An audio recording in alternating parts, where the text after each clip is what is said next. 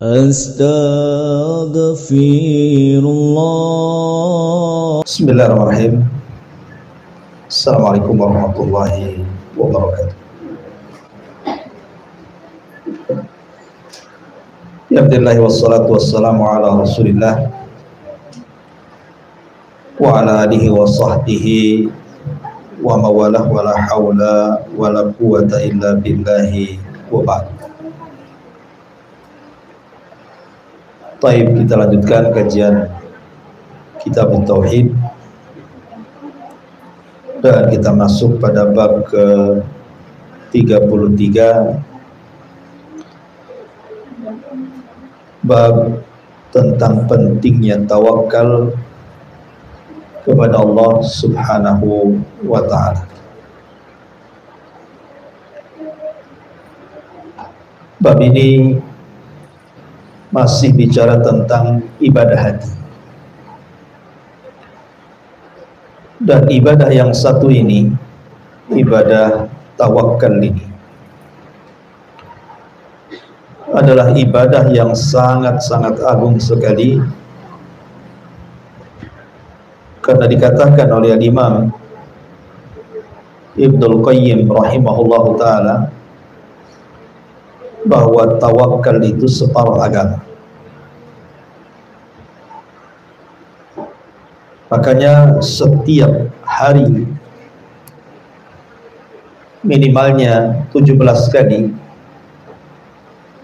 kita senantiasa mengucapkan dalam salat kita, iyyaka na'bud wa iyyaka nasta'in. Hanya kepadamu ya Rabb kami beribadah, dan hanya kepadamu ya Rabb kami meminta pertolongan. Dan minta pertolongan itu artinya tawakal. Karena makna tawakal itu adalah sidqu i'timadil qalbi 'ala Allah fi jalbil manafi wa daf'il madari min umurid dunya wal akhirah bi akhdi bil asbab. Jadi makna tawakal itu artinya betul-betul hati ini menyandarkan diri kepada Allah Subhanahu wa ta'ala, baik dalam mencari manfaat ataupun mencegah madarat, baik urusan dunia ataupun akhirat, dengan tidak lupa mencari sebab. Itulah arti tawakal, dan itulah makna daripada isti'anah, meminta pertolongan kepada Allah Subhanahu wa ta'ala. Ma'asyiral muslimat yang dimuliakan Allah Subhanahu wa ta'ala, kalau kita melihat dan membaca Al-Quranul Karim, maka perintah tawakal itu adalah perintah yang menyeluruh, masuk pada bab ibadah dan juga masuk pada bab akidah dan juga masuk pada bab muamalah. Ketika Allah Subhanahu wa ta'ala bicara tentang ibadah, maka Allah katakan dalam surah Hud ayat 123, fa'budhu wa tawakkal alaih. Sembahlah Allah kemudian tawakal. Kemudian ketika Allah Subhanahu wa ta'ala berbicara tentang dakwah, maka Allah Subhanahu wa ta'ala katakan dalam surah At-Taubah 129,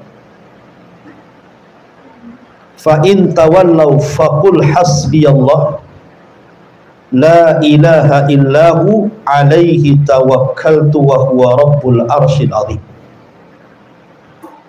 Jika mereka berpaling, orang-orang yang kau dakwahi itu wahai Muhammad, maka katakanlah cukuplah Allah, tidak ada sesembahan yang berhak disembah kecuali Dia, dan kepada Allah lah saya bertawakal. Ketika Allah Subhanahu wa ta'ala bicara soal rizki manusia, Maka Allah Subhanahu wa taala mengatakan dalam surah At-Talaq ayat 2 sampai 3, "Wa man yatawakkal wa man yattaqillaha yaj'al lahu makhraja wa yarzuqhu min haitsu la yahtasib wa man yatawakkal 'ala Allah fa huwa hasbuh." Barang siapa yang takut kepada Allah, maka Allah akan jadikan kepadanya jalan keluar. Siapa yang takut maksudnya bertakwa kepada Allah, maka Allah akan jadikan padanya jalan keluar, dan Allah akan berikan rizki dari arah yang tidak disangka-sangka. Dan barang siapa yang bertawakal kepada Allah, maka Allah lah yang akan mencukupinya. Kemudian juga ketika Allah Subhanahu wa taala bicara tentang jihad, maka Allah Subhanahu wa taala mengatakan dalam surah Al-Imran ayat 159, "Iyyansurkumullah fala ghaliba lakum wa iyakhdzulkum faman dzalladzi yansurukum min ba'di wa 'alallahi falyatawakkalul mu'minun." Jika Allah menolong kalian, maka tidak ada yang mengalahkan kalian. Tapi jika Allah menghinakan kalian, tidak ada yang bisa menolong kalian. Maka bertawakallah kepada Allah jikalau kalian benar-benar orang-orang yang beriman. Dan ketika Allah Subhanahu wa taala juga bicara tentang hijrah dan safar, maka Allah Subhanahu wa taala berfirman dalam surah An-Nahl ayat 41, "Walladzina hajaru fillahi min ba'di ma zalamu lanubawwi'annahum fid dunya hasanah wala ajrul akhirati akbar law kanu ya'lamun alladzina sabaru wa ala rabbihim yatawakkalun." Dan orang-orang yang hijrah karena Allah setelah mereka mengalami kezaliman, maka kami akan tempatkan mereka di dunia dengan balasan yang baik dan pahala yang sangat besar kalau mereka mengetahui, yaitu orang-orang yang sabar dan mereka orang-orang yang tawakal kepada Allah Subhanahu wa taala.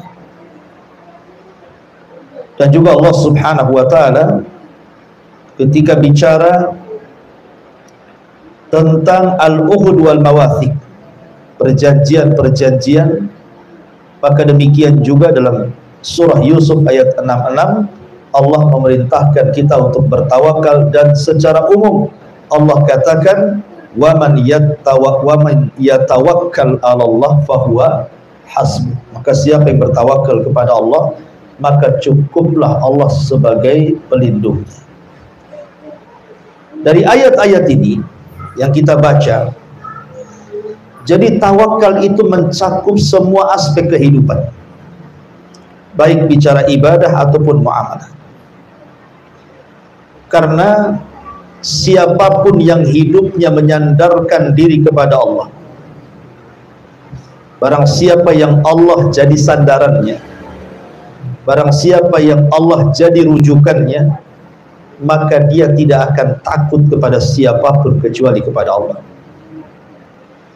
Dia tidak akan takut kepada rizkinya, karena Allah Subhanahu wa taala tidak mungkin menyempurnakan rizkinya sebelum Allah mewafatkannya. Dia tidak akan takut nasib anak-anaknya, karena dia yakin bahwa Allah yang akan melindungi dan menentukan masa depannya. Dia tidak akan takut sakitnya, karena kalau Allah Subhanahu wa taala berkehendak, pasti Allah menyembuhkannya atau memberikan yang terbaik padanya. Dia tidak akan takut apapun. Tidak takut dalam pekerjaannya, tidak takut dalam rizkinya, tidak takut pada anak-anaknya, tidak takut kepada siapapun. Itulah hebat dan kekuatan tawakal pada hati seorang mukmin. Ma'asyiral muslimat yang dimuliakan Allah Subhanahu wa taala. Maka di sini mu'alif rahimahullahu taala ingin membuat bab tentang pentingnya tawakal kepada Allah. Orang bertawakal kepada Allah itu ada 3 kelompok.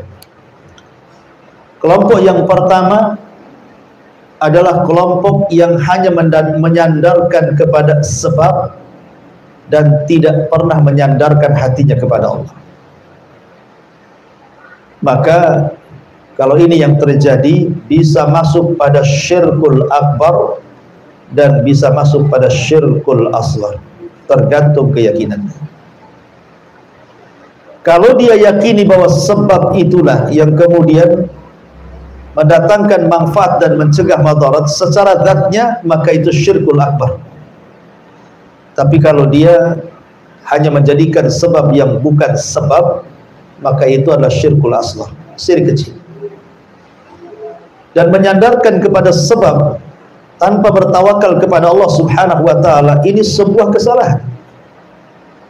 Karena tidak mungkin Allah Subhanahu wa taala menghendaki sesuatu kecuali Allah akan buat sebab. Innallaha idza arada syai'an ahya asbabah. Allah itu kalau menghendaki sesuatu terjadi, maka Allah Subhanahu wa taala akan hidupkan sebab. Makanya tidak cukup kita menyandarkan diri kepada Allah, tetapi harus mencari sebab. Contoh, ada orang yang ingin cerdas di sekolahnya, supaya dia menjadikan lebih di antara kawan-kawannya, ranking 1, komlut atau apalah istilahnya. Tetapi dia tidak belajar, tidur saja hidup. Mungkinkah dia kemudian menjadi orang cerdas? Tidak mungkin. Karena man arada sa'adah tarakal wisadah, kata para ulama. Kalau hendak mencari kebahagiaan, maka dia harus meninggalkan sesuatu yang mengistirahatkan badan. Artinya harus bergerak. Orang ingin ranking 1 tetapi tidak belajar, mustahil. Sebagaimana orang ingin punya anak tapi tidak menikah, mustahil. Karena orang kemudian semata-mata hanya berpegang kepada sebab, maka Allah Subhanahu wa taala tidak akan mengabulkan keinginan. Ada orang yang sudah lulusan terbaik di sekolahnya, komlut. Kemudian ada perusahaan yang sedang membuka lowongan pekerjaan. Dia sudah kumpulkan semua syarat-syaratnya, berkas-berkasnya, semuanya dia kumpulkan, medical check up-nya. Kalau dia hanya mengumpulkan semata-mata sebab dengan percaya diri, pede bahwa dia akan diterima, belum tentu. Belum tentu diterima kalau Allah tidak berkehendak. Pasti Allah akan buat sesuatu yang dia tidak bisa diterima. Karena mengumpulkan sebab saja tidak cukup. Harus ada penyandaran diri kepada Allah Subhanahu wa taala, karena sebab itu tidak mungkin terjadi kecuali Allah yang membuat sebab itu terjadi. Ini kelompok yang pertama. Kelompok yang kedua adalah orang-orang yang tawakul, bukan tawakul, wawunya panjang, tawakul. Beda tawakul dengan tawakul. Kalau tawakul tanpa tasdid, artinya orang yang hanya semata-mata menyandarkan kepada Allah dan tidak mau mencari sebab. Dia sakit tidak mau makan obat, dia sakit tidak mau datang berobat, dia sakit tidak mau datang ke rumah sakit, tidak mau datang ke dokter, ke tabib, ke sinse atau yang semacamnya. Kemudian kita tanya, kenapa kamu tidak berobat? Saya tawakal kepada Allah. Toh penyakit datang dari Allah, kalau Allah menyembuhkan insya Allah sembuh. Gak akan sembuh. Kenapa? Karena harus mengambil sebab. Mengambil sebab. Makan obat, datang ke dokter, tanya kepada orang yang pintar pengobatan. Kemudian kelompok yang terakhir, inilah yang muwahhid, ahli tauhid, yang menggabungkan antara tawakal dan mengambil sebab. Makanya Nabi SAW ketika hijrah, bisa saja Allah Subhanahu wa taala kemudian langsung membawa Rasul lewat malaikat, dipindahkan dari Mekah ke Madinah, kan? Atau seperti peristiwa Isra Mi'raj pakai buraq namanya, kan bisa saja melesat sebentar. Tapi kenapa Nabi SAW harus mempersiapkan segalanya? Meminta kepada Abu Bakar untuk menjadi teman hijrahnya. Kemudian juga menghutang kepada Abu Bakar unta dan seluruh perbekalan di atasnya, kemudian menyewa seorang ahli penunjuk jalan Abdullah ibn Uraikid, kemudian membuat taktik di perjalanan sehingga harus menginap di Gua Thur selama 3 hari.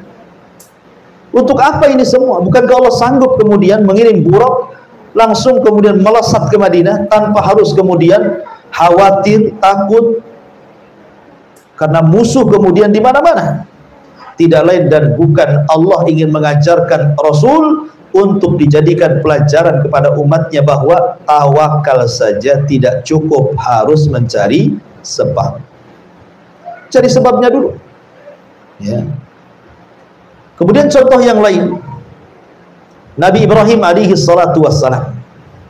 Nabi Allah Ibrahim alaihi salatu wassalam, ketika meninggalkan putranya Ismail dan juga Hajar di sebuah lembah yang kering kelontang, tidak ada tanaman, tidak ada tumbuhan, tidak ada binatang, tidak ada orang lagi di situ, main tinggal-tinggal saja di situ. Tentu karena perintah Allah, bukan kemauan Ibrahim. Lah Hajar ini adalah orang yang sangat-sangat tawakal kepada Allah. Sampai-sampai ketika dia mengatakan, ila aina tadhhab ya Ibrahim, hendak kemana kau pergi wahai Ibrahim? Ibrahim tidak menjawab, bahkan tidak menengok, karena begitu perintahnya. Lama-lama Hajar paham kalau ini adalah perintah Allah, sehingga dia mengatakan, kalau begitu idhab ya Ibrahim, wallahi lan yudayyi'an Allah. Pergi wahai Ibrahim, saya yakin Allah tidak menyia-nyiakan saya. Lihat, tawakal kuat kepada Allah subhanahu wa ta'ala. Kemudian setelah itu perbekalannya habis. Kemudian dia khawatir dengan Ismail, kalau seandainya dia tidak minum, tidak makan. Akhirnya kemudian dia mencari sebab, lari ke Bukit Safa, lari ke Marwah, balik lagi ke Safa, balik lagi ke Marwah, sampai 7 putaran tuh. Karena dia mendengar Ismail dari kejauhan menangis, dia khawatir bayinya. Maka dia kembali, rupanya sudah ada malaikat Jibril dan menghentakkan kaki Ismail ke tanah, muncullah air Zam-Zam, air yang sangat berkah. Begitulah tawakal, itu bonus daripada tawakal. Jadi orang itu mencari sebab dulu, baru kemudian Allah kabulkan keinginannya. Makanya harus mencari sebab. Seperti Nabi Musa, ketika dia dikejar oleh tentara Firaun, kemudian Bani Israel bingung, di depannya lautan, di belakangnya pula tentara Firaun. Kemudian orang-orang mengatakan, innalah mudrakun, wahai Musa, mereka sudah melihat kita, kemana kita pergi? Maka Allah subhanahu wa ta'ala gambarkan, Allah katakan di dalam Al-Quranul Karim, fatawakkalu in kuntum mu'minin. Maka Musa mengatakan kepada Bani Israel, bertawakallah kalian jika kalian orang-orang yang beriman. Kemudian Musa mengatakan, tenang saja, inna ma'iya rabbi sayahdin. Kebersamaan Allah dengan kita pasti tidak mungkin menyia-nyiakan kita. Pasti Allah akan carikan jalan keluar. Maka kemudian orang-orang Bani Israel mengatakan, nahnu tawakkalna 'ala Allah. Kalau begitu kami bertawakal kepada Allah. Subhanallah.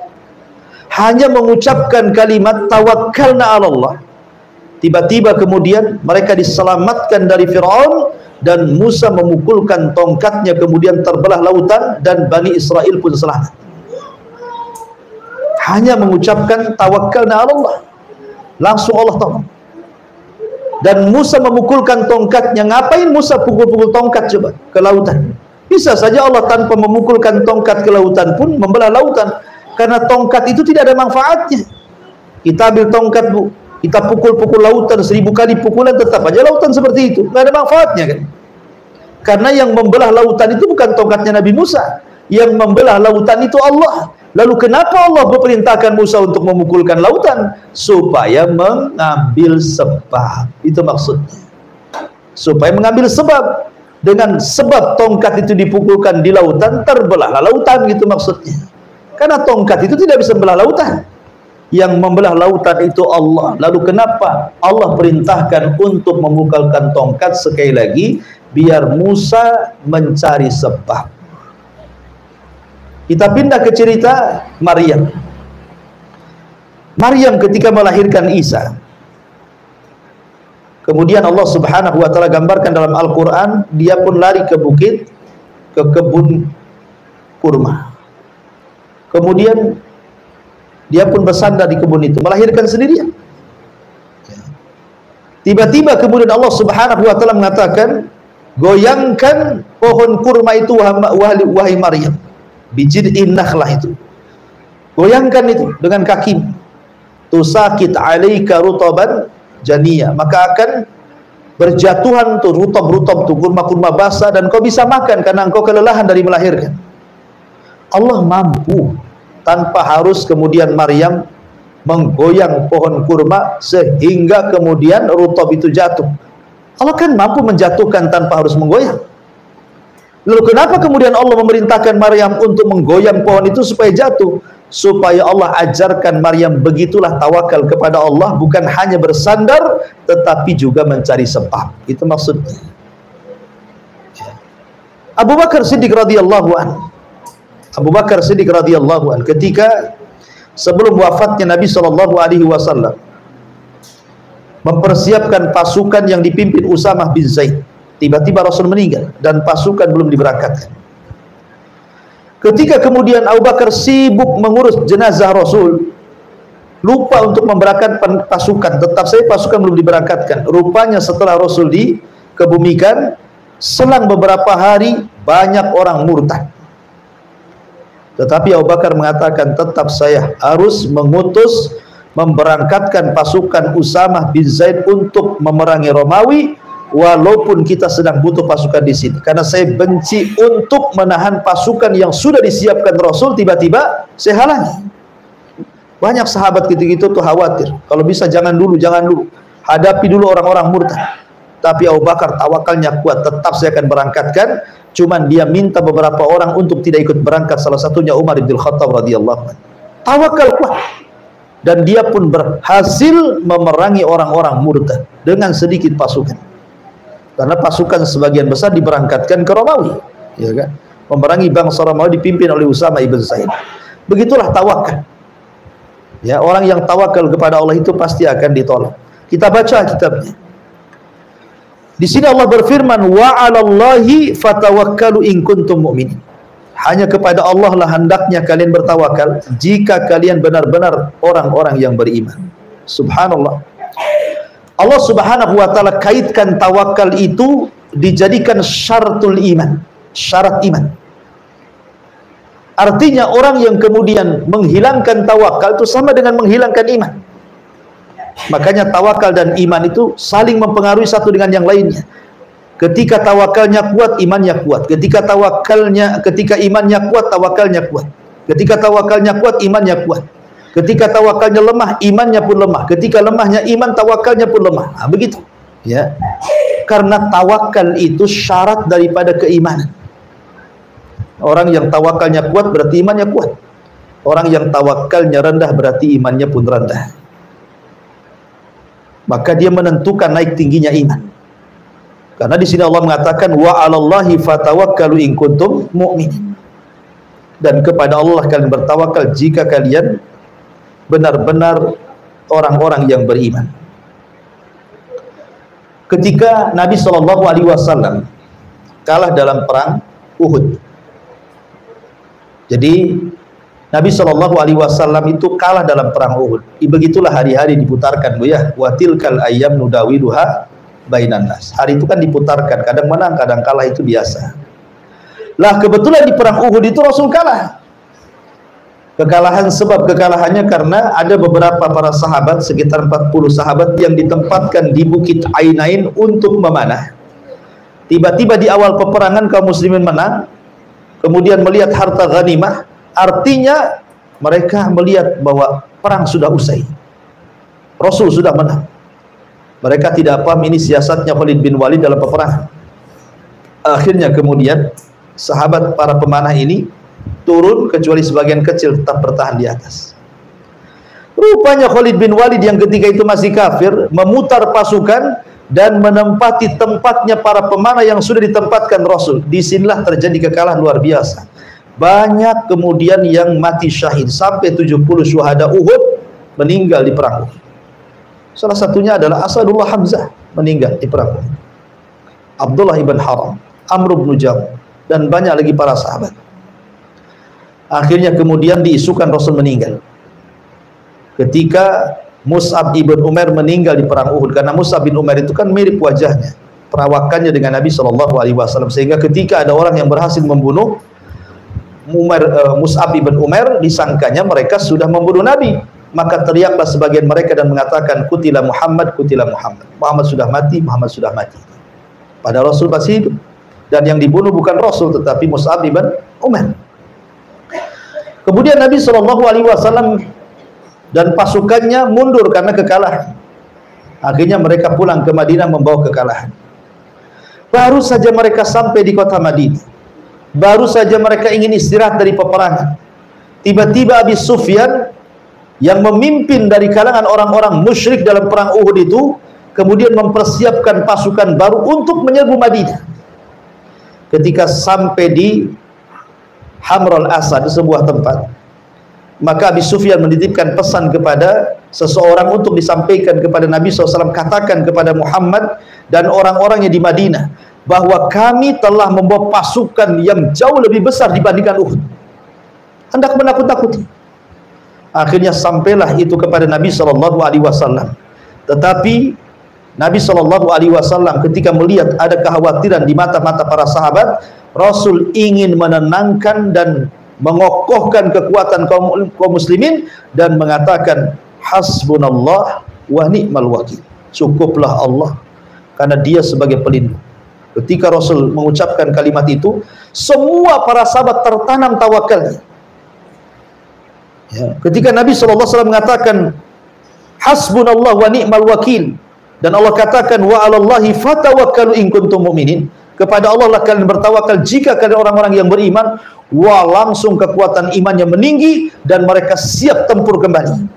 Akhirnya kemudian Rasul membawa beberapa pasukan kemudian berangkat ke Hamrul Asad. Sampai di sana rupanya musuh sudah lari ketakutan, padahal mereka yang awalnya menakut-nakuti Nabi SAW, tetapi tiba-tiba mereka pula yang kemudian takut dengan Rasul SAW dan para sahabatnya.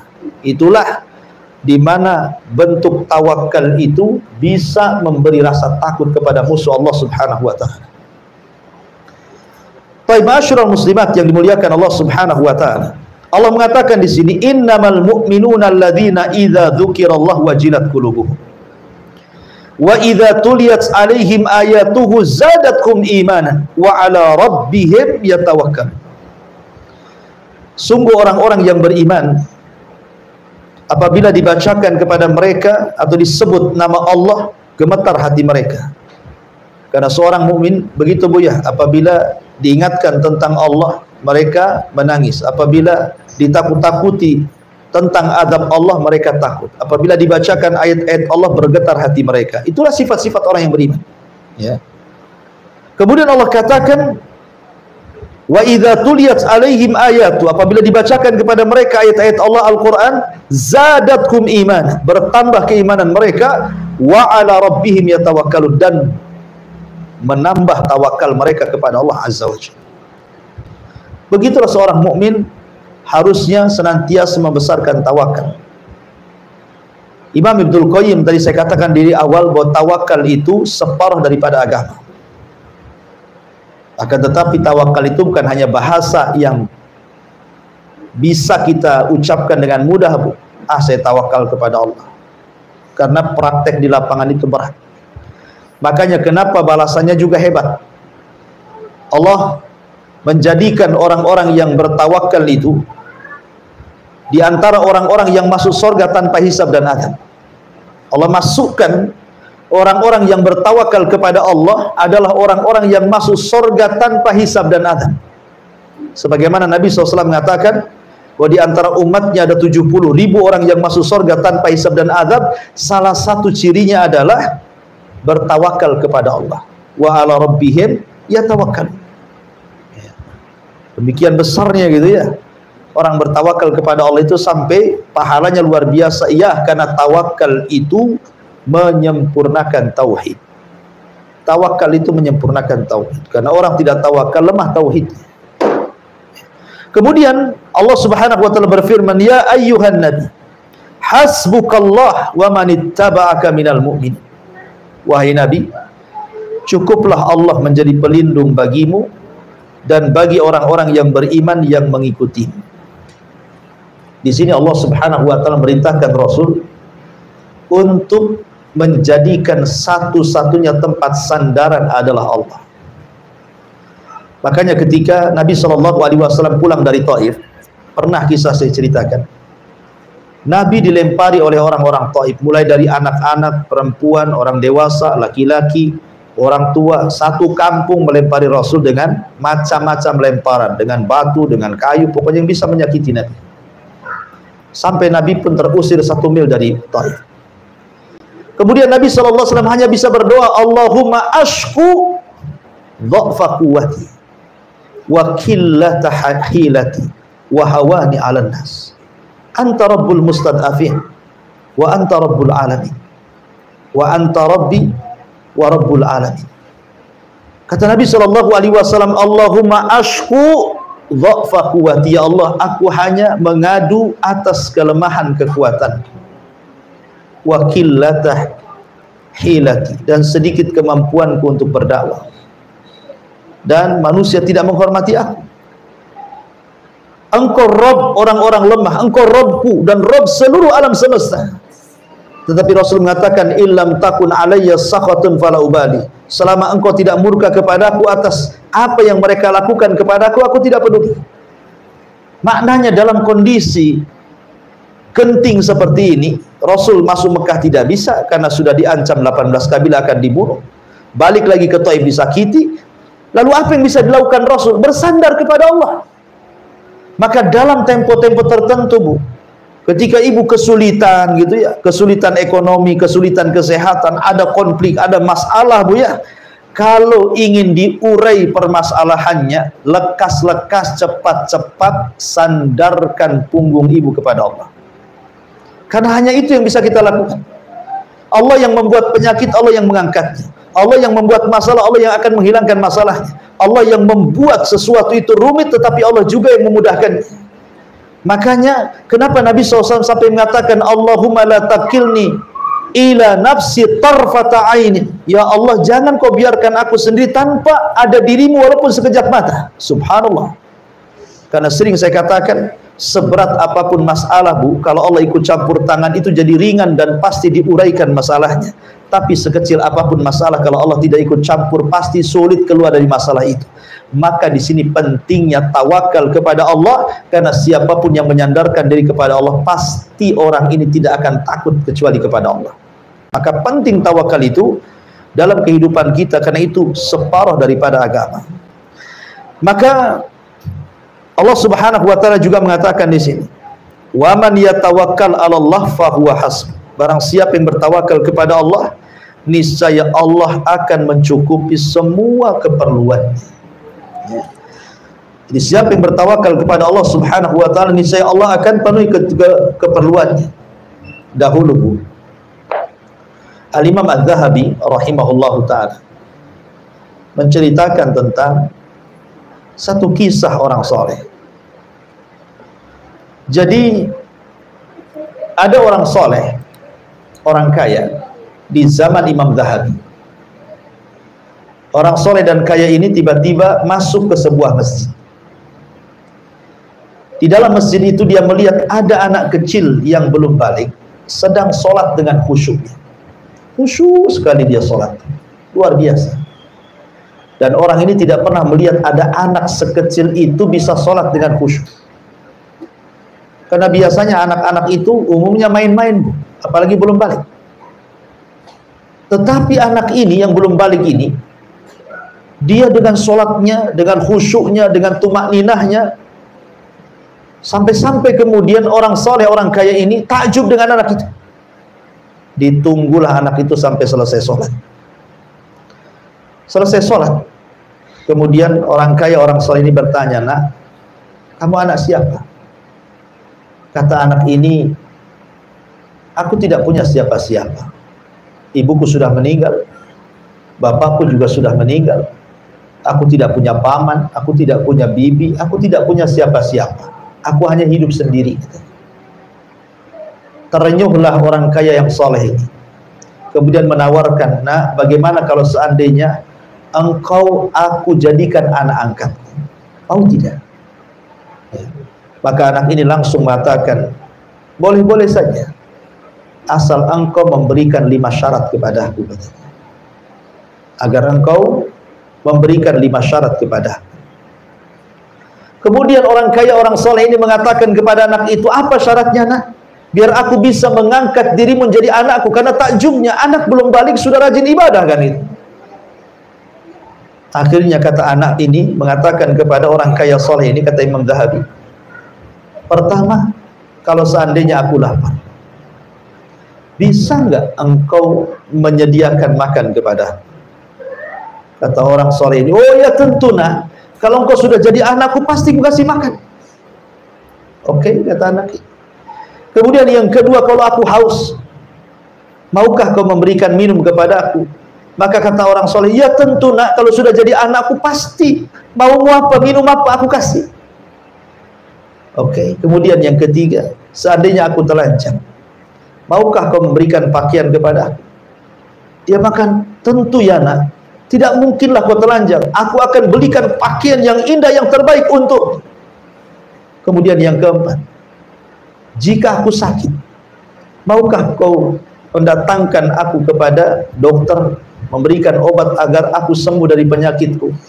Kata orang soleh dan kaya ini, tentu, nak, sedikit saja kau sakit aku langsung obati. Kemudian yang kelima, kalau seandainya aku mati, bisakah kau menghidupkan aku? Ini yang kelima, tak bisa ya. Kalau seandainya aku mati sekarang, bisa enggak kau menghidupkan aku? Kau bisa engkau berikan aku makan, kau bisa berikan aku minuman, kau bisa berikan aku pakaian, kau bisa datangkan dokter dan obat sehingga aku tidak sakit. Tapi engkau tidak bisa menghidupkanku. Oh maaf, engkau belum bisa jadi ayah angkatku, katanya. Engkau tidak bisa jadi ayah angkat. Kemudian dia membacakan satu ayat Al-Quran di dalam kisah Nabi Ibrahim.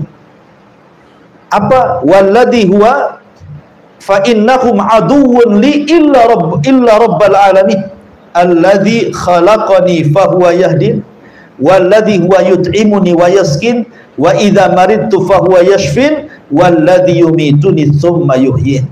Maka anak ini membacakan ayat Al-Quran. Dialah Allah yang telah menciptakan aku, dan dia pula yang memberikan petunjuk hidup kepada aku. Dialah Allah yang memberi makan aku, dialah Allah yang memberi minum aku, dan apabila aku sakit dialah Allah yang menyembuhkanku, dan bila aku mati dialah Allah yang akan menghidupkan aku, katanya. Lihat bagaimana tawakalnya anak yang belum balik ini kepada Allah. Sampai orang kaya soal ini geleng-geleng kepala. Kok bisa anak belum balik bisa tawakal kepada Allah? Bisa kuat tawakalnya, dia bisa hidup sendirian, nggak ada ayah, nggak ada ibu, nggak ada paman, nggak ada saudara, hidup sendirian. Dia hidup di masjid, kemudian sholat, kemudian kalau dia lapar dia cari makanan. Allah kasih insting bagaimana cara kasih makan dia. Begitulah harusnya, Bu. Harusnya lebih tawakal lagi kita kepada Allah. Janin saja di perut ibu belum bisa apa-apa, ada rizkinya. Kemudian berojol ke bumi saja langsung Allah sediakan rizkinya. Kok sudah besar, sudah sekolah, sudah sarjana, sudah cerdas, sudah diberikan akal, pikiran, tenaga, kok masih takut juga dengan rizki loh? Tawakalnya di mana gitu maksudnya? Seperti ada orang yang baru di PHK saja udah kayak kiamat besar, Bu. Seolah-olah Tuhan yang di PT beda pula dengan Tuhan yang di luar PT, kan? Kan ada orang yang seperti ini. Sampai-sampai ada orang sakit, udahlah mati saja daripada hidup, katanya. Nggak tahan dengan sakitnya, tidak sabar, tidak tawakal kepada Allah. Makanya di sini Allah katakan, wa man yatawakkal 'ala Allah fahuwa hasbuh. Barang siapa yang bertawakal kepada Allah, yakin niscaya Allah yang akan mencukupkan keperluannya. Itu kan mantap ya. Kemudian Allah mengatakan, hasbunallah wa ni'mal wakil. Abdullah bin Abbas radhiyallahu anhu mengatakan bahwa ketika Nabi Ibrahim dilemparkan ke dalam api neraka, maksudnya api yang menyala-nyala yang dinyalakan oleh Namrud untuk membakar Ibrahim karena menghancurkan patungnya, maka Ibrahim mengatakan hasbunallah wa ni'mal wakil, cukuplah Allah yang menjadi pelindungku karena Allah sebaik-baik pelindung. Kapan Ibrahim mengucapkan kalimat ini? Dalam ulama sejarah menjelaskan kisah tentang Ibrahim saat pembakaran. Jadi setelah kemudian para pejabat Mesir itu mengetahui siapa, para pejabat Babil, Irak itu mengetahui siapa yang menghancurkan berhala-berhala Namrud, rupanya Ibrahim. Kemudian mereka pun berusaha untuk melakukan hiwar dialog, tapi tidak bisa mengalahkan hujah Ibrahim. Ketika itulah kemudian terjadilah eksekusi pembakaran Ibrahim. Diputuskan Ibrahim harus dibakar, disaksikan semua manusia, supaya kapok jangan kurang ajar kepada Tuhan-Tuhan yang mereka sembah hari itu. Akhirnya dinyalakanlah api itu. Ketika api sudah nyala, Bu, Ibrahim diletakkan di ketapel besar yang disebut dengan manjani, kemudian dilempar antara ketapel kemudian api, antara langit dan bumi. Itulah Jibril melesat dan hendak menolong Ibrahim dan menawarkan pertolongannya. Kalau Jibril mau tinggal disambar saja, kemudian dipadamkan apinya dengan sayapnya yang begitu besar itu kan. Tetapi Ibrahim menolak permintaan Jibril. Ketika Jibril menawarkan pertolongannya, apa kata Ibrahim? Amma ilaika fala wa amma ilallahi fabala. Adapun harus minta pertolongan kepadamu Jibril, tidak, saya tidak akan minta pertolongan. Adapun aku harus meminta pertolongan kepada Allah, ya, itulah yang aku lakukan. Lah, disitulah Ibrahim mengucapkan kalimat hasbunallah wa ni'mal wakil. Cukuplah Allah sebagai pelindung dan dia sebaik-baik penolong bagimu. Ketika Ibrahim semata-mata mengucapkan kalimat hasbunallah wa ni'mal wakil, tiba-tiba turun perintah dari Allah, kul ya naru kuni bardan wa salaman ala Ibrahim. Katakan ya Ibrahim kepada api yang akan menghantammu itu, wahai api, dinginlah, dinginlah, selamatkan Ibrahim. Maka Ibrahim masuk ke dalam api. Yang terbakar hanya tali yang mengikat tangannya dan yang mengikat kakinya. Ketika ada yang mengatakan seminggu, ada yang mengatakan 1 bulan, kemudian api itu padam. Allah lindungi Ibrahim di dalam api itu. Ketika manusia kemudian mencari-cari jasad Ibrahim, karena abunya menumpuk satu gunung, dikorek-korek, rupanya Ibrahim sedang sholat. Sedang sholat dia, subhanallah. Ibrahim sedang sholat. Bapaknya menyaksikan tuh. Azar itu kan menyaksikan pembakaran itu. Ketika melihat anaknya selamat, apa kata Azar? Ni'mar Rabb Rabbuka ya Ibrahim. Sebaik-baik Rabb itu Rabb wahai Ibrahim. Tapi tidak juga masuk Islam dia. Padahal bapaknya memuji Ibrahim. Itulah kenapa kemudian kalimat hasbunallah wa ni'mal wakil itu kalimat ajaib yang bisa menyelamatkan manusia. Lah, hal yang sama ketika orang-orang berkata kepada Rasul, sesungguhnya orang-orang Quraisy telah mengumpulkan pasukan untuk menyerang kalian. Karena itulah takutlah kepada mereka. Akan tetapi perkataan itu justru menambah keimanan orang-orang yang beriman kepada Allah dan Rasulnya, dan mereka pun mengucapkan persis seperti ucapan Ibrahim, hasbunallah wa ni'mal wakil, ni'mal maula wa ni'man nasir. Cukuplah Allah sebaik-baik penolong dan dialah sebaik-baik perlindung yang akan melindungi kita. Ma'asyiral muslimat yang dimuliakan Allah Subhanahu wa taala.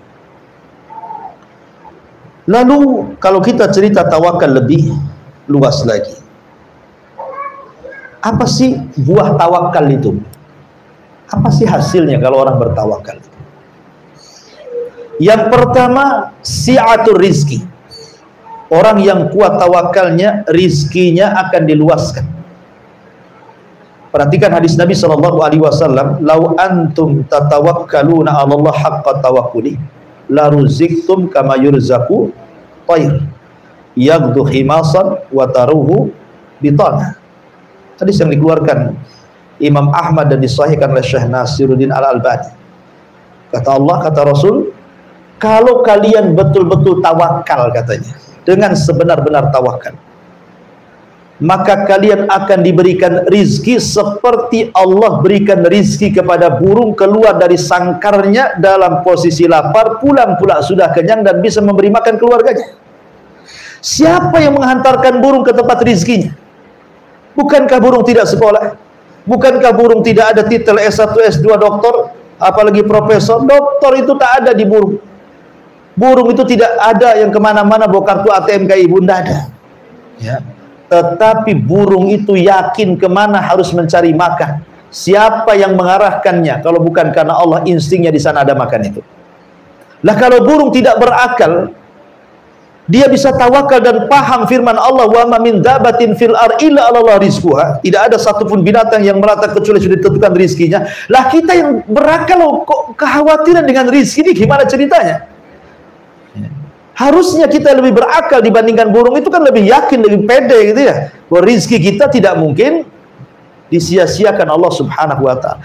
Karena ketika Allah subhanahu wa ta'ala menciptakan alam semesta ini, Allah sudah siapkan fasilitasnya, Bu. Laut dengan berbagai macam ikan-ikannya, sungai dengan berbagai macam ikan-ikannya, gunung, hutan dengan berbagai macam buah-buahannya, ladang sawah dengan berbagai macam biji-bijiannya.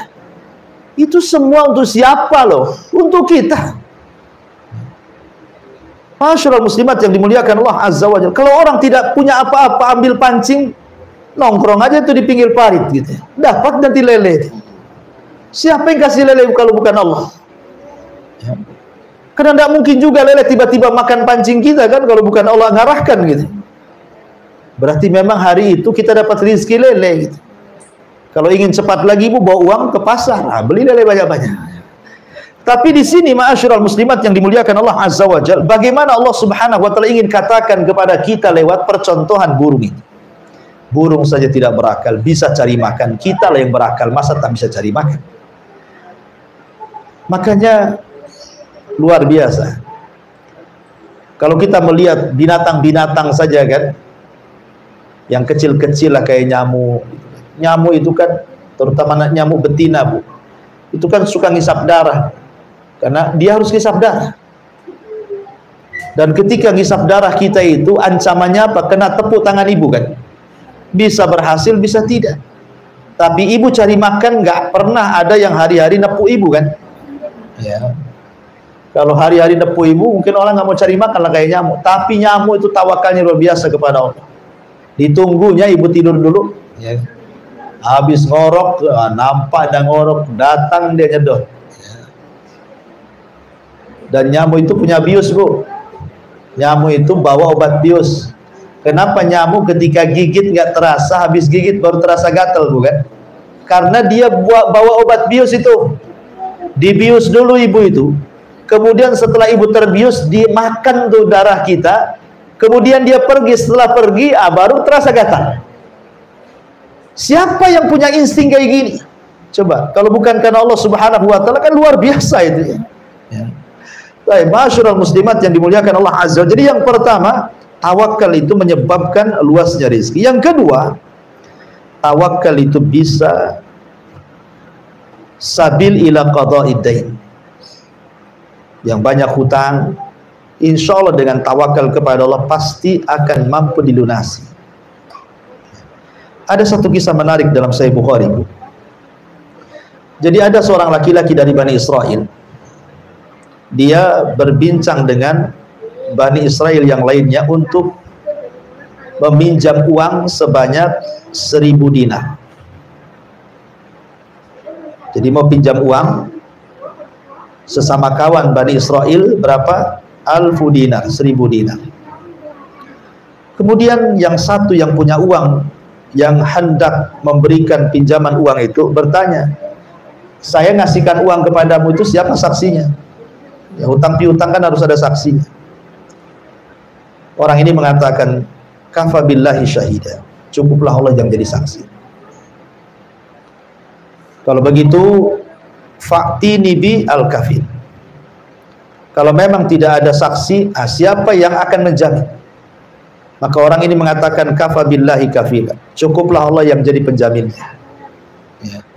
Akhirnya orang yang punya duit mengatakan, shadaqta, kau benar. Ini saya kasih 1000 dinar. Saksinya Allah, penjaminnya Allah. Tawakal. Akhirnya kemudian terjadilah transaksi utang piutang dengan waktu yang sudah ditentukan. Ketika sudah pada waktunya, waktu pembayaran, akhirnya kemudian dia pun hendak mengantarkan uang ini. Masalahnya dari tempat dia ke tempat yang punya uang itu terlintas satu sungai yang harus diseberangi. Akhirnya kemudian sampailah dia di pinggir sungai, rupanya kapal yang menyeberangkan sudah tidak ada lagi. Sementara dia harus memberikan uang itu hari itu juga. Kalau dia menunggu kapal baru sampai besok, karena dia sudah amanah. Ya, sudah sampai waktunya dia bayar. Masalahnya tidak ada kapal yang bisa menyeberangkannya. Dia takut kepada Allah Subhanahu wa taala. Akhirnya dia berinisiatif mengambil kayu. Dia berjalan ke arah jauh dari sungai, ya, melawan arus. Kemudian mencari kayu bakar, kemudian dibelah, uangnya diletakkan dalam kayu, kemudian diikat. Kemudian dia mengatakan kepada Allah, "Inni tawakkaltu 'ala Allah." Aku bertawakul kepadamu ya Rabb. Aku takut dengan, aku sudah punya janji hari sini aku bayar, tapi aku tidak bisa lagi. Maka aku serahkan, mudah-mudahan ini sampai kepada orang yang punya uang. Dilempar kayu itu di sungai, hanyut kayu itu. Ya. Kemudian di seberang sana orang yang punya uang itu sudah cemas-cemas, kok nggak datang-datang, katanya hari ini mau datang mau bayar katanya. Kok nggak datang-datang orang itu? Akhirnya ya sudahlah, dia pasrah kepada Allah. Udah hilanglah mungkin duitnya. Akhirnya daripada dia tidak pulang tidak bawa duit, maka sekalian dia akhirnya kemudian membawa kayu, cari kayu lah, ya, cari kayu bakar. Akhirnya kemudian dia nampak ada kayu besar hanyut, ya, ada kayu bakar hanyut. Kemudian setelah hanyut, nampak ini ada kayu bakar. Akhirnya kemudian orang ini pun mengambil kayu itu dan dibawa pulang. Ya. Jadi kemudian setelah dibawa pulang dan hendak dipotong di rumahnya, Bu, tiba-tiba kemudian dia kaget. Rupanya ketika dipotong, di ikatannya itu dilepas, kemudian kayunya terbelah menjadi dua, tiba-tiba ada uang di situ banyak. Dan di situ ada surat. Rupanya setelah baca, itu surat dari orang yang dihutangi. Dia mengatakan alhamdulillah. Lihat bagaimana Allah Subhanahu wa taala membuat uang ini sampai, tapi jangan ditiru, Bu, ya. Ini kan cerita. Ya, kalau ibu tiru ya hanyut duitnya. Ya, maksudnya begini, ini kan kisah orang dulu, gitu ya. Kisah orang dulu seperti inilah orang itu amanahnya. Makanya Allah Subhanahu wa taala akan tolong karena dia tawakal luar biasa kepada Allah. Makanya Allah tolong itu ya, dihanyutkan pun akhirnya sampai juga kemudian uang itu. Masya Allah. Baik. Kemudian yang ketiga, orang yang tawakal itu, Bu, setan tidak akan sanggup untuk menyesatkannya. Karena Allah yang mengatakan dalam surah An-Nahl 99, "Innahu laisa lahu sultan 'alal ladzina amanu wa 'ala rabbihim yatawakkalun." Tidak ada kuasa bagi setan terhadap orang-orang yang beriman dan orang-orang yang bertawakal. Karena setan itu, Bu, selalu datang ke ibu, kemudian membisikkan di telinga ibu, Allah jangan berinfak, ya'idukumul faqra wa ya'murukum bil fahsya. Kemudian memberikan was-was, jangan infak nanti fakir, kemudian disuruh melakukan hal-hal yang mungkar. Ketika ibu lawan, tetap tawakal kepada Allah. Saya yakin kalau saya infak, Allah akan ganti 700 kali lipat. Bismillah, tawakal Allah. Maka setan akan menggigit jarinya. Oh, tidak bisa digoda orang di rupanya. Ya. Jadi setan tidak mungkin dekat-dekat. Termasuk juga tawakal itu yudhibut tasya'uf, bisa menghilangkan perasaan was-was. Ya, was-was itu, Bu. Contoh umpamanya ibu mau pulang, mau berniaga, mau bertamu, mau kemana lah pokoknya bersama suami. Tiba-tiba kemudian tanpa disadari motor ibu nabrak kucing. Matilah kucing itu ketabrak ibu. Kemudian tiba-tiba ibu takut karena ada keyakinan di masyarakat kalau nabrak kucing maka kucingnya harus difardu kifayahkan katanya. Harus dimandikan, dikafankan, dikubur di tamiang katanya. baru nanti nggak akan ada kecelakaan. Ya. Bu, kucing itu sama dengan binatang yang lain. Ibu nabrak kucing, nabrak ayam, sama aja hukumnya. Nggak ada bedanya, kan nggak sadar, nggak disengaja. Kecuali sengaja, jangankan nabrak kucing, nabrak ayam aja disengaja berdosa kita. Oh disengaja kan gitu ya, apalagi ayam orang. Jadi kalau ibu tawakal, ini tidak apa-apa ini, bismillah aja terus, insya Allah nggak terjadi apa-apa itu, nggak terjadi apa-apa, karena tawakal itu yudhibut tasya'um. Baik, kemudian yang nomor 5,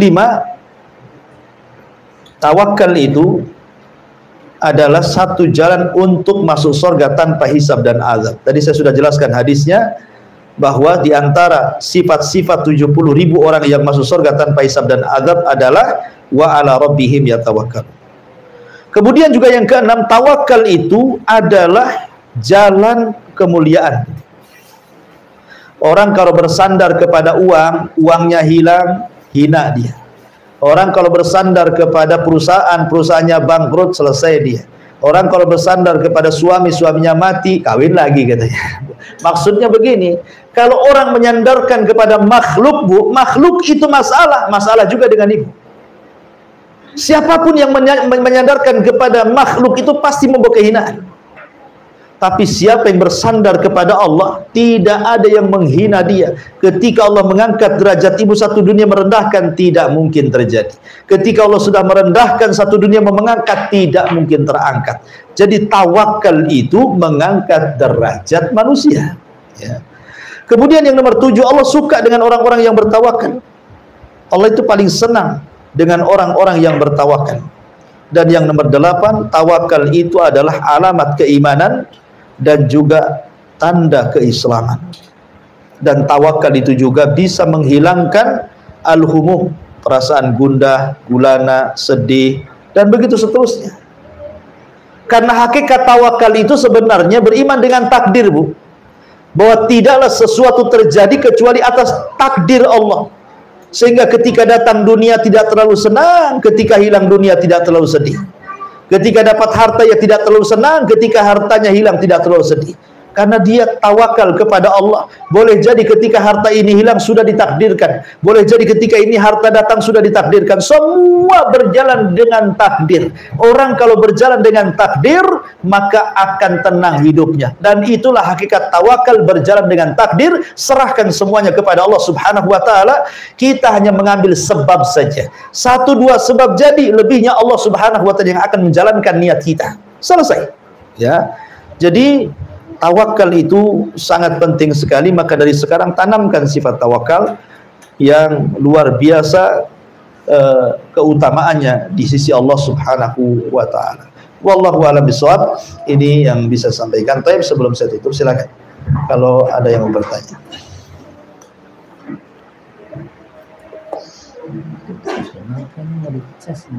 Iya, nggak dicas itu, jadi cepat habis dia.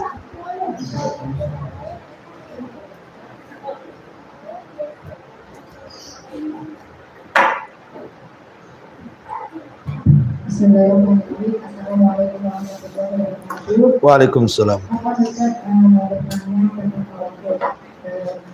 Tadi tawakal dikatakan masuk surga tanpa hisab.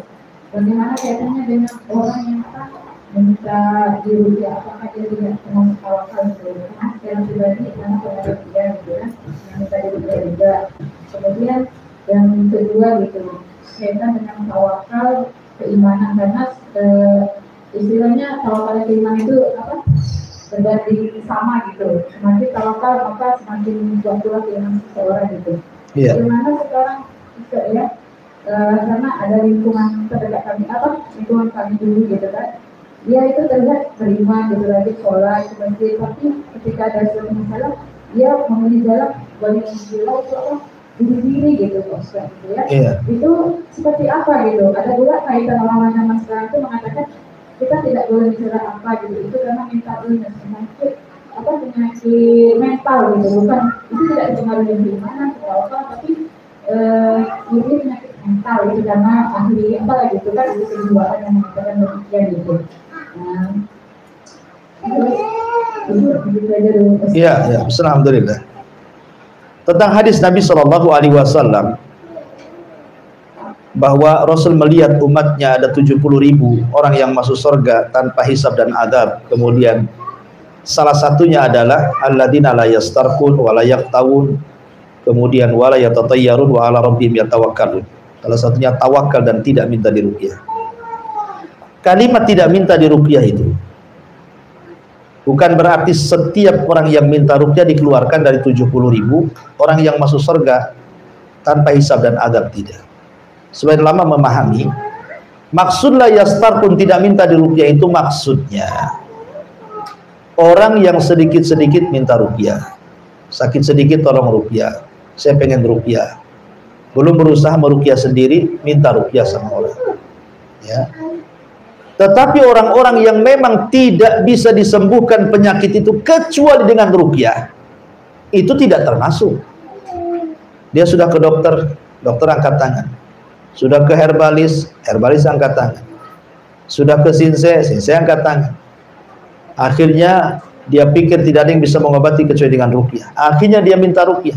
Kalau memang tidak bisa disembuhkan kecuali dengan ruqyah, ia tidak mengeluarkan dari 70.000 orang yang masuk surga tanpa hisab dan adab, karena darurah sifatnya. Jadi yang dimaksud la yastarqun itu maksudnya orang yang minta ruqyah, sedikit-sedikit minta ruqyah, sedikit-sedikit, belum dia meruqyah sendiri atau mencari perobatan yang lain, ya, dia sudah minta ruqyah. Minta ruqyah itu pada dasarnya mubah-mubah saja, tidak ada masalah. Ya, sama dengan datang ke dokter, karena itu kan perobatan gitu, ya. Cuman konsekuensinya tidak dimasukkan ke kelompok itu saja yang 70.000. Dia nggak haram, minta ruqyah nggak haram. Cuman dikeluarkan, jadi terpaksalah dia masuk pada proses hisab gitu saja. Tapi kan hisab ada dua macam, tidak semua hisab sulit, ada hisab mudah gitu ya, yang cepat, yang waktunya hanya dari duhur ke asar atau udah masuk surga gitu ya. Nah, jadi itu harus dipahami. Kemudian juga pertanyaan kedua tadi soal orang yang nampak sholat tapi kok bunuh diri, berarti dia tidak tawakal. Sholat itu amalan badan, bukan amalan hati. Jadi tawakal itu amalan hati, Bu. Tawakal itu amalan hati, bukan amalan badan. Betapa banyak orang-orang yang nampak badannya beramal soleh tapi hatinya lemah. Ya, walaupun sebenarnya sholat juga salah satu penguat iman, gitu ya. Harusnya semakin kuat sholatnya, semakin kuat imannya, semakin kuat tawakalnya, kan begitu harusnya, Bu ya. Ya, maka sekali lagi bukan jangan salahkan sholatnya. Ya, karena tawakalnya kurang kuat. Ya, tawakalnya kurang kuat. Kalau dia kuat tawakalnya, dia bisa menghadapi segalanya. Bicara tentang rizki, dia yakin Allah yang kasih rizki saya. Orang yakin bahwa Allah yang akan kasih rizki anak saya. Saya mau melahirkan 12 anak pun saya yakin. Buktinya orang dulu, Bu, anaknya banyak-banyak, jadi orang semua.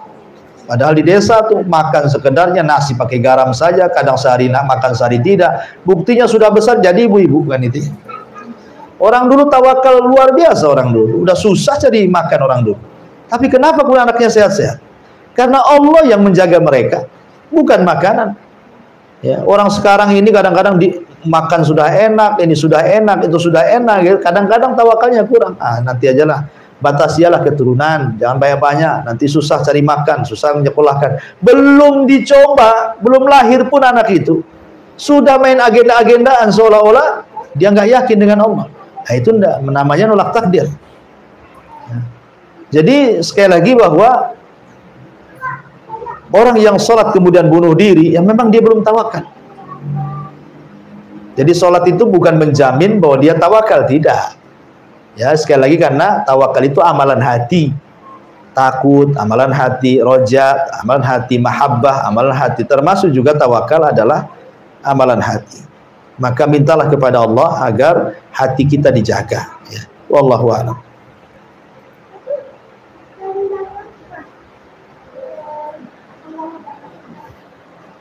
Ya. Baik, ini ada pertanyaan di YouTube ini. Dari siapa nih? Lolita. Assalamualaikum Pak Ustadz. Mau nanya apakah boleh menghafal Al-Quran dengan ditulis Latin bukan Arabnya biar cepat hafal, dan apakah ada pahalanya? Iya, ya enggak apa-apa. Cuman tulisan Latin dengan tulisan Arab itu beda gitu ya.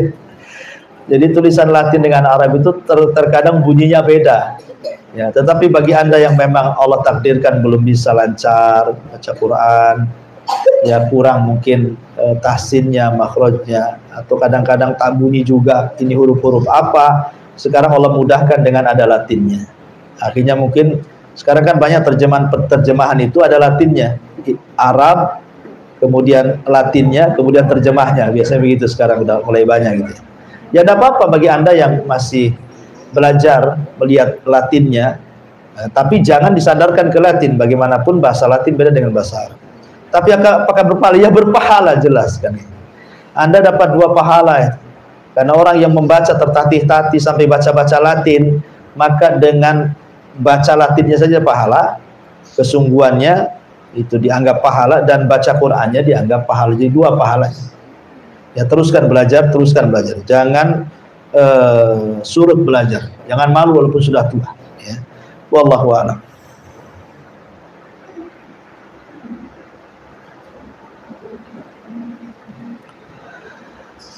Baik Bu, kalau nggak ada sudah jam 2, ini asar cepat sekarang ya.